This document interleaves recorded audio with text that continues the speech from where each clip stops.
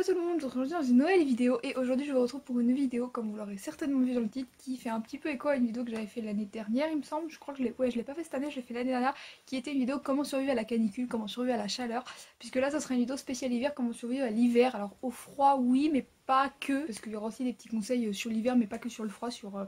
d'autres choses de l'hiver. Bref, vous verrez ça dans la vidéo, mais ce sera quand même essentiellement autour du froid, puisque bah, c'est quand même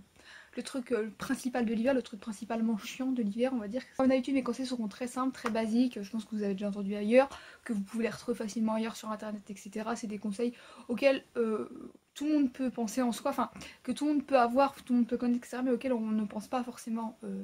comme ça, et qui peut être bien de rappeler. Donc bah, je voulais vous faire cette petite vidéo, je n'aime pas la science infuse, donc je n'ai pas des conseils incroyables qui vont être miraculeux, mais voilà, c'est ma petite expérience, mes petits conseils, j'espère que ça vous plaira et je vous laisse avec la suite. Bon, je vous épargnerai les conseils basiques du style bien se couvrir, etc., parce que ça c'est des choses assez évidentes quand même. Bon, ma vidéo va être assez évidente, mais là quand même, bon, on vient se couvrir, je pense que on a tous cette information en tête, je pense que tout le monde sait qu'en hiver il faut bien se couvrir. Un conseil un petit peu plus utile, on va dire, que je peux vous donner, c'est de prendre de la vitamine C, de vous renseigner sur les aliments qui contiennent de la vitamine C ou d'en prendre en complément alimentaire si jamais ce n'est pas suffisant pour vous, si jamais vous avez des carences ou etc. etc. Pourquoi je vous dis ça? Parce que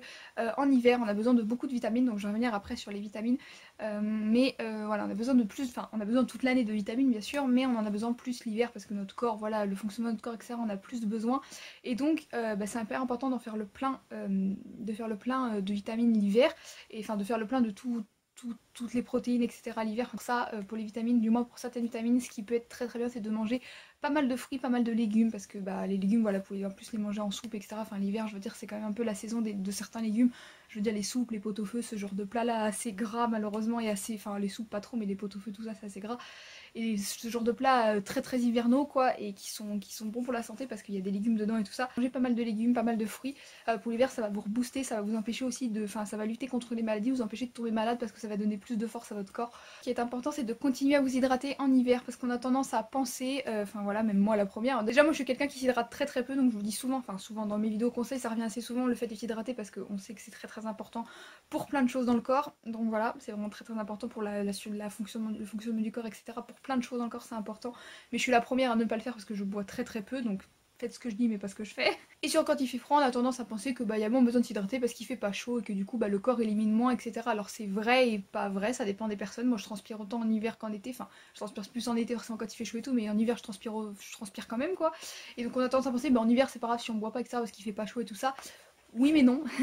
Non, continuez de vous hydrater en hiver, l'hydratation c'est toute l'année, donc voilà, je préfère vous le rappeler, continuez de boire en hiver, c'est pareil, hein. L'histoire de 1,5 litre à 2 litres là, par jour, etc. C'est valable en été, au printemps, en automne et en hiver, hein. C'est valable pour toute l'année. Pensez à bien vous hydrater et à hydrater aussi votre peau et surtout vos lèvres. Alors je sais pas si là vous le verrez, mais ne faites absolument pas comme moi, prenez soin de vos lèvres parce que là moi j'ai les lèvres hyper gercées, ça me fait super mal, donc n'attendez pas de commencer à avoir des gerçures ou quoi pour mettre du baume à lèvres ou du stick à lèvres, ou enfin ce genre de choses là, parce que moi j'en mets en ce moment pour la petite info et c'est un peu trop tard parce que mes lèvres sont déjà gercées donc je galère. Bref, en plus ça fait super mal et enfin c'est pas du tout bon pour voler, etc. Pareil votre peau, je sais que l'hiver, bon hydrater sa peau c'est pareil, c'est toute l'année que c'est bien, mais je sais que l'hiver souvent notre peau elle a tendance, moi j'ai une peau grasse, mais si vous avez déjà tendance à peau sèche, les peaux souvent l'hiver se sèchent plus parce qu'il fait froid, etc. Surtout si vous êtes dehors souvent et tout. Si vous avez tendance déjà à avoir une peau sèche, bah, hydratez votre peau, mettez des crèmes, etc. Enfin voilà, ce genre de choses là. Passez-vous de l'eau sur le visage par exemple le matin, etc. Ça peut être vraiment bien. Si vous avez mal à la gorge, une petite astuce que je connais, enfin que je connais et que je pense que vous connaissez aussi, c'est d'utiliser du miel. Alors il y a plein d'astuces pour contrôler le mal de gorge. Je sais qu'on peut utiliser du bicarbonate, du sel, etc. Enfin bicarbonate, sel c'est un peu voilà. Mais bon c'est peut-être pas très agréable au niveau du goût. Après moi l'astuce là que je vais vous donner, je l'ai jamais testé donc je sais pas si c'est agréable au niveau du goût. Mais j'imagine que c'est déjà un petit peu plus agréable que le sel, donc ce serait de mettre du miel, quelques gouttes de miel dans des infusions, si vous buvez des infusions, ou dans de l'eau chaude ou ce genre de choses, et ça va vous faire passer votre mal de gorge. Moi je l'ai jamais testé donc je ne sais pas si c'est efficace, mais bon le miel on en parle très très souvent contre les maux de gorge, donc je pense que ça doit quand même avoir des petites vertus efficaces. Autre chose qui va un petit peu avec le conseil bateau du début que je vous disais de bien se couvrir, c'est de protéger vos extrémités, donc notamment le nez, les oreilles, les mains, les pieds, la nuque aussi, c'est pas vraiment une extrémité, le cou pareil, mais enfin la tête, le visage en général, c'est ce genre de parties, le ventre aussi, c'est les parties qui se refroidissent le plus facilement, et à l'inverse l'été, essayez de découvrir ces parties là si vous avez trop chaud, parce que je sais que enfin moi les mains et les pieds c'est vraiment le truc, et les oreilles c'est pareil, là d'ailleurs j'ai un peu froid donc voilà les oreilles, c'est pareil, c'est vraiment le genre de truc qui se refroidit très très vite je trouve, et là on a très très froid, et les oreilles bah c'est pareil, si vous voulez pas choper une otite ou toutes ces conneries là, je vous conseille de mettre un bonnet sur vos oreilles ou quelque chose comme ça parce que sinon c'est un coup de vent et c'est fini. Après pour essayer de vous réchauffer, vous pouvez toujours boire des boissons chaudes, profiter d'un feu de cheminée si vous en avez la possibilité, prendre un bain chaud, une douche chaude, alors pas trop chaud quand même, faites attention surtout si vous venez de dehors et que vous vous dites ah là là je me les suis caillés toute la journée, je vais rentrer, je vais prendre un bon bain chaud etc. Faites attention quand même, prenez pas un bain trop chaud parce que ça y a des risques de choc thermique si vous venez de dehors qui fait -7, enfin -7 je sais pas s'il fait -7 en ce moment mais vous voyez ce que je veux dire, même s'il fait 0 ou quoi et que vous allez prendre un bain très très chaud, ça va faire un choc thermique et c'est pas du tout bon pour votre corps etc. Donc prenez un bain plutôt tiède. Mais l'hiver aussi c'est souvent la période de la déprime parce que voilà il fait tout gris, il fait pas beau, enfin automne-hiver mais surtout l'hiver je trouve parce qu'il fait tout gris, il fait pas beau, il pleut, enfin voilà c'est vraiment un temps, je regarde là-haut parce que oui c'est vrai que c'est vraiment le temps d'aujourd'hui, il fait tout gris, il y a des nuages partout, il fait pas beau, il y a du soleil des fois mais quand il y en a il fait froid, enfin voilà c'est vraiment pas une saison super. Mais essayez de relativiser, dites-vous que bah il y a Noël, même si bon cette année évidemment Noël, le premier de l'an, tout ça, ça sera peut-être pas aussi bien que les autres années, mais bon, essayez de vous dire que voilà, c'est quand même des beaux jours, il y a quand même des vacances qui arrivent pour ceux qui sont à l'école, pour ceux qui travaillent, bon peut-être pas du coup, mais voilà. Essayez de relativiser, de vous dire que de toute façon c'est qu'une fois dans l'année, et puis quand on est en été, on se plaint tout le temps qu'on a trop chaud, donc là vous êtes en hiver, vous avez pas chaud, donc vous plaignez pas trop, enfin voilà, je veux dire c'est qu'une période, c'est quand même une mauvaise période à passer, voilà, dites-vous que vous poussez un peu la période, vous pouvez mettre avec votre petit plaid ou chaud, à regarder des séries dans votre lit et tout, et voilà. Bon après si vous travaillez et que vous allez en cours, forcément c'est pas la même chose, mais voilà, essayez de relativiser quand même, c'est qu'une période, ça va passer, et puis après il y a les beaux jours qui arriveront, et puis on se plaignera à nouveau parce qu'on aura chaud. Autre chose que je peux vous dire et que je ne fais pas tellement, j'essaie de m'y remettre en ce moment mais c'est un petit peu la galère, c'est de vous faire du sport, voilà, de pratiquer du sport, même si bah en ce moment encore une fois si vous faites du sport collectif ou quoi c'est un petit peu compliqué, mais si vous faites du sport individuel chez vous etc, des petits exercices, des petits entraînements, des petits échauffements, ce genre de choses, vous pouvez tout à fait le faire chez vous, ou je sais pas, aller courir un petit peu à côté de chez vous, aller marcher, même juste aller marcher, aller faire du vélo, enfin j'en sais rien. Après c'est pareil, c'est quand il fait beau parce que forcément en hiver des fois il fait froid, des fois il pleut, tout ça, donc voilà, ça vous de voir aussi. Mais bon, quand il y a du soleil, une après-midi, etc., vous pouvez vous le permettre. Après, si vous travaillez pas, pareil, etc., hein, j'exclus tout ça. Après, c'est adapté en fonction de votre emploi du temps, évidemment. Mais faire du sport, bah, déjà, ça va vous réchauffer. Donc, bon, premier point. Et puis, bah, ça peut toujours vous faire du bien. Voilà, c'est le sport, ça fait toujours du bien au corps, etc.